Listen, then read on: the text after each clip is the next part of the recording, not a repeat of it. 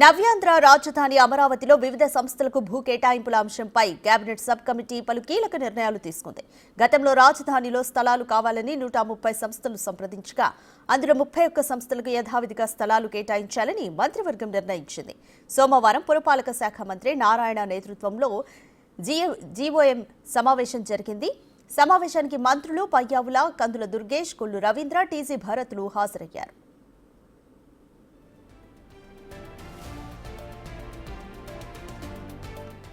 భేటీలో 16 సంస్థలకు వేరే ప్రాంతాల్లో భూ కేటాయింపులు చేస్తూ అలాగే వారు కోరినంత కాకుండా కొంతమేర కుదిస్తున్నట్లు కమిటీ స్పష్టం చేసింది. 13 సంస్థలకు భూ కేటాయింపులు రద్దు చేయాలని సబ్ కమిటీ నిర్ణయించింది. మరో 2 సంస్థలకు ఇతర ప్రాంతాల్లో భూ కేటాయింపు చేయాలని మంత్రులు నిర్ణయించారు.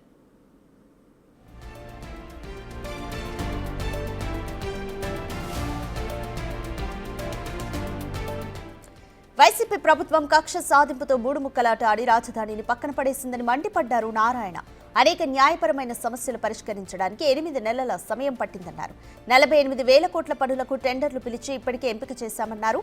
2-3 రోజుల్లో అగ్రిమెంట్స్ చేసుకున్న తర్వాత ఆయా సంస్థలు పనులను ప్రారంభిస్తాయన్నారు. రాజధాని పరిధిలో భూ కేటాయింపు విధానంపై ఎలాంటి మార్పు లేదని మంత్రి స్పష్టం చేశారు.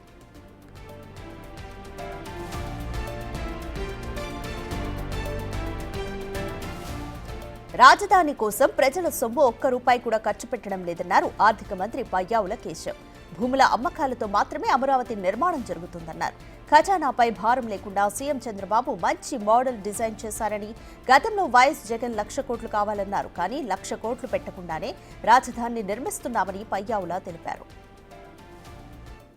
సెల్ఫ్ సస్టైనింగ్ ప్రాజెక్ట్ మెజారిటీ నిధుల్ని అమరావతినే సమకూర్చుకుంటుంది.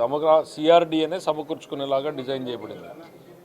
మనం తాత్కాలికంగా టెంపరీ సపోర్ట్ లాగా కొంతమేరకు బడ్జెటరీ సపోర్ట్ని, అది కూడా ఎక్స్టర్నల్లీ ఎయిడెడ్ లోన్స్నే వాళ్ళకి ఇవ్వడం, తిరిగి వాళ్ళు రీపే చేసేలాగానే టర్మ్స్ పెట్టుకోవడం జరుగుతూ ఉంది. అమరావతిలోని పెడుతున్నటువంటి ప్రతి రూపాయి కూడా రేపొద్దున అభివృద్ధి చెందిన తర్వాత అమరావతిలోని భూములను అమ్మేసి తిరిగి ఆ అప్పులన్నింటినీ కట్టుకునేలాగా డిజైన్ చేసి రాష్ట్ర ప్రభుత్వ ఖజానా మీద భారం పడకుండా, రాష్ట్రంలో ఇతర ప్రాంతాల ప్రజలు కూడా ఎవరు కూడా తమకు రావాల్సినటువంటి డబ్బు ఎక్కడికి పోయిందనేటువంటి ఫీలింగ్ లేకుండా అమరావతి ఓన్గా క్యాపిటల్ రిసోర్సెస్ రైజ్ చేసుకుంటూ ఉంది. రేపు ఈ అభివృద్ధి చెందిన తర్వాత వచ్చేటువంటి భూములన్నిటి వాల్యూ తోటి దాన్ని సేల్ చేసి స్లోగా ల్యాండ్కి పేమెంట్ చేయడం జరుగుతుంది. ఇది పర్ఫెక్ట్ మోడల్.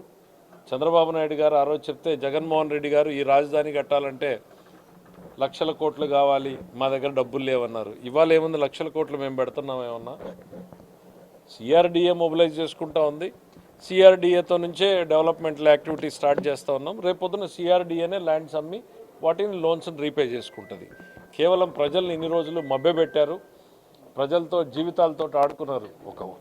ఈ పాటికి పోలవరము, అమరావతి ఇట్లాంటి మేజర్ ప్రాజెక్ట్స్ అయిపోయినంటే అన్ని జిల్లాల్లోనూ కూడా డెవలప్మెంట్ యాక్టివిటీస్ మీద ఫోకస్ పెట్టేటువంటి పరిస్థితి ఉండేది.